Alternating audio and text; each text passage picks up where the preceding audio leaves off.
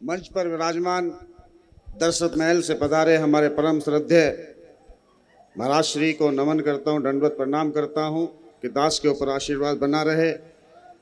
बाबा मंगल दास और हमारे धर्म के भाई पंडोकर सरकार, हालांकि मैं एक इनके तिनके के बराबर, क्योंकि इतना स्नेह मुझे याद है, वो पिछले साल का इन्हीं दिनों की बात है। मैं जब यहाँ पे आया तो महाराज श्री ने मुझे कहा कि अगर कोई तुम्हारे साथ नहीं है तो उसको छोड़ो, मैं हमेशा आपके साथ रहूंगा। और इन्होंने जो कहा वो चितार्थ करके दिखाया।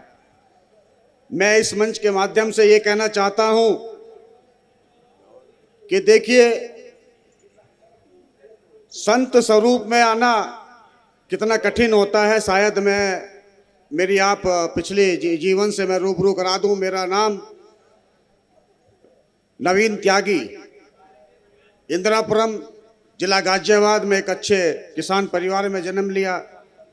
और लखा जी, आप तो इंदिरापुरम आए भी हैं, देखा भी है, तो एक संपन्न परिवार में जन्म लिया है।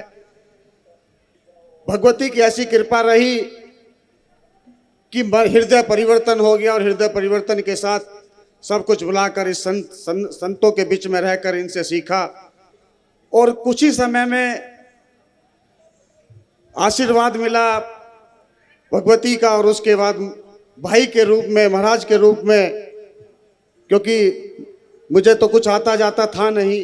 कॉन्वेंट से पढ़े, एमबीए करे, अब बन गए संत। अब आशीर्वाद देखिए, मैं जो आज देश में चल रहा है, मैं उसके ऊपर थोड़ा सा सफाई देना चाहता हूं कि आज कथाओं के माध्यम से कहा जाता है कि कच्छा छोड़ दिया, इच्छा नहीं छोड़ी। सुनिएगा मेरी बात को, जो भी सुन रहा है, कि या तो आप कथाओं के बीच में गृहस्थों को डराना छोड़ दो। क्यों कहते हो कि सनातन धर्म को अपनाओ? क्यों कहते हो कि आप सनातनी हो, आप हिंदू हो? अरे भैया, आपको कोई फॉलो करके अपना हृदय परिवर्तन करता है, तब उसकी बेइज्जती करते हो कि कच्चा छोड़ दिया, इच्छा नहीं छोड़ी। कौन से ग्रंथ में लिखा है कि अपने जीवन की, अगर अपने माँ बाप की, अपने गुरुओं की या अपनी जिम्मेवारी को पूर्ण करना? हम किसी की बहन बेटी को तो नहीं छेड़ते। अरे मैंने छोड़ा, मैंने अपने पूरे परिवार को छोड़ा। कोई कह के तो दिखाए। पूर्व के जन्म और इस जन्म में कहना चाहता हूं कि जो तुम कर रहे हो, या तो एक राह में चल के देख लो, या एक राह पे रह के देख लो। काहे को आडंबर करते हो भैया?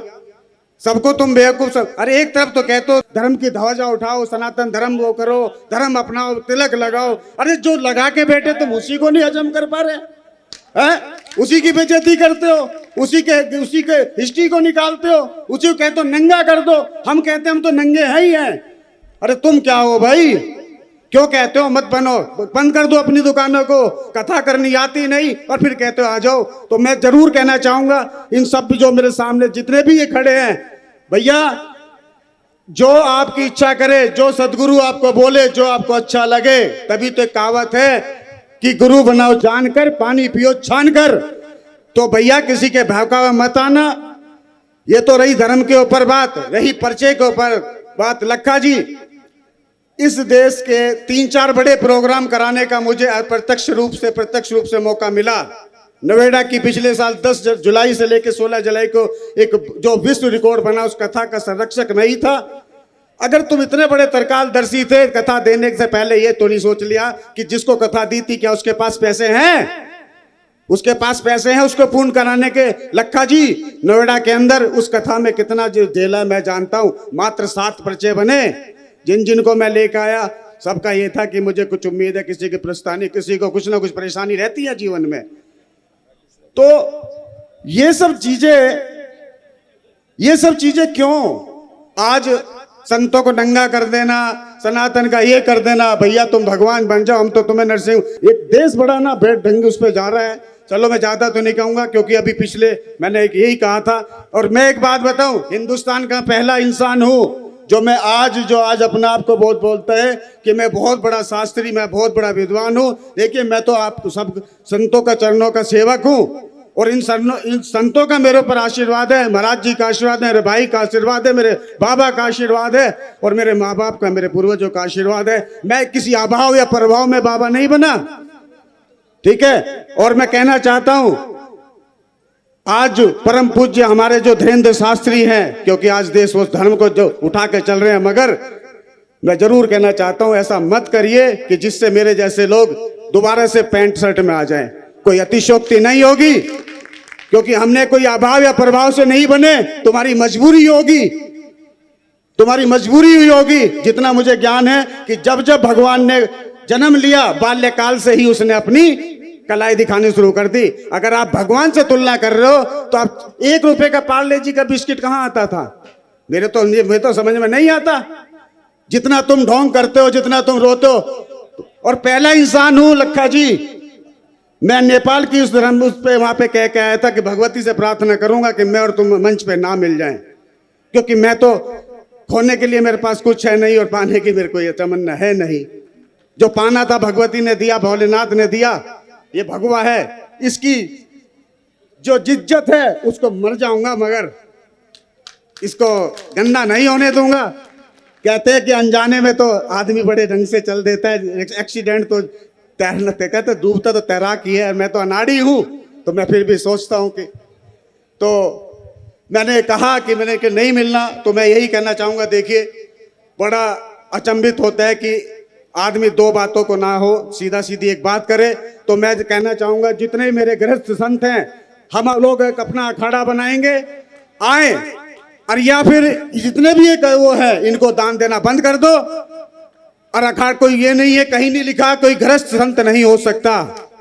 हम सब जितने भी ये हैं, क्या ये आसमान से आए? क्या इनके माँ बाप नहीं थे? क्या हम ऋषियों की संतान नहीं है? क्यों गोत्र लगाते हो अपना? क्यों अपने बाप दादाओं को करते हो? तो मैं इसीलिए मैं सबसे मेरी जो आवाज है, मेरे ऊपर कुछ भी कल संत समिति कुछ कहे या कुछ भी कहे, मैं झेल लूंगा, मगर मैं आप लोगों को चेताना चाहता हूं, भैया सुधर जाओ। या तो इनसे बोलो कि महाराज एक ही वे में चलो, एक ही धारा में चलो, हम तैयार हैं, मगर इस तरह से नहीं कि इच्छा छोड़ दी, कच्चा छोड़ दिया, ये सब समझे ना। और रही पोल खोलने की बात, तो भैया सबसे पहले तो मैं ही हूँ। मैं तो खुद ही कहता हूँ, मैं तो अपने पोल, मैं तो ना अभाव में बना ना प्रभाव में बना, जैसा हूँ वैसा ही हूँ। और पोल खोल लो जिसको जो खोलनी है। और रही बात भैया की, तो इन्होंने मुझसे वादा किया, लखा जी पहले इंसान हैं, इन्होंने कहा कि भाई साथ हूँ। और पता नहीं क्यों मैं कोई विवादों में रहता नहीं हूँ, पर बहुत स्नेह है इनका। और जहाँ तक पर्चे लिखने की बात आई, तो मैं प्रत्यक्ष गवाह हूँ। मैंने सबको देखा है, सबकी कथा कराई, सबको बहुत करीब से देखा है, मगर मैं 22 घंटे साथ इनके रहा, आज तक ये नहीं पता कर पाया कि क्या हुआ। एक वाक्य सूरत का बताऊं, 22 हम गए तो 2 घंटे के लिए भैया आराम कर लें, पर्चे बना के पहले रख दिए। जो आ रहे थे, तू इधर आ, तू इधर आ। मैंने कहा भैया ये कहां से हो गया? मैं उस चीज का प्रत्यक्ष गवाह हूं। अगर कोई कहता है कि पंडोकर सरकार, देखिए मुझे तो वो आता नहीं है कुछ करना, पर मैं आंखों देखा मैं आपको बता सकता हूं। और मेरे ऐसे तमाम 1-2 नहीं है, 500 लोग होंगे जो मेरे नाम से यहाँ जाते हैं, पर्चा बनवा के चले जाते, उल्टे और दक्षिणा और लेके चले जाए, समझे ना।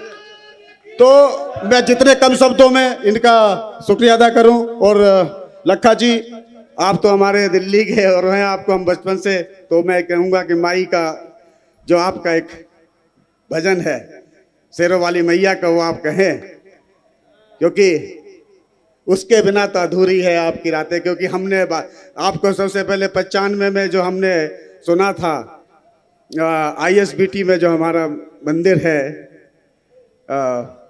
हनुमान मंदिर, उसमें तो जब तो आपका बड़ा वो था, मैं यही सोच रहा था, मैं कह देखिए सरलता झलकती है आज भी वही। और रही एक बात, एक हम आप राज की बात बताएं, आपको जो पद्मश्री अवार्ड है ना, ये मिलेगा, ये पर्चा आपका बन चुका।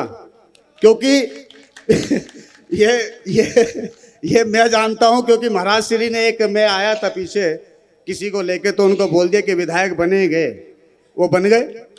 बहुत बहुत साधुवाद सभी को। यहाँ तो मेरा परिवार है सभी, बिंदु भैया, सोनू महाराज, जितने भी हमारे स्टाफ है भैया, आज सब राज खोल दिया, पोल हमने अपनी अपना आप खोल दी।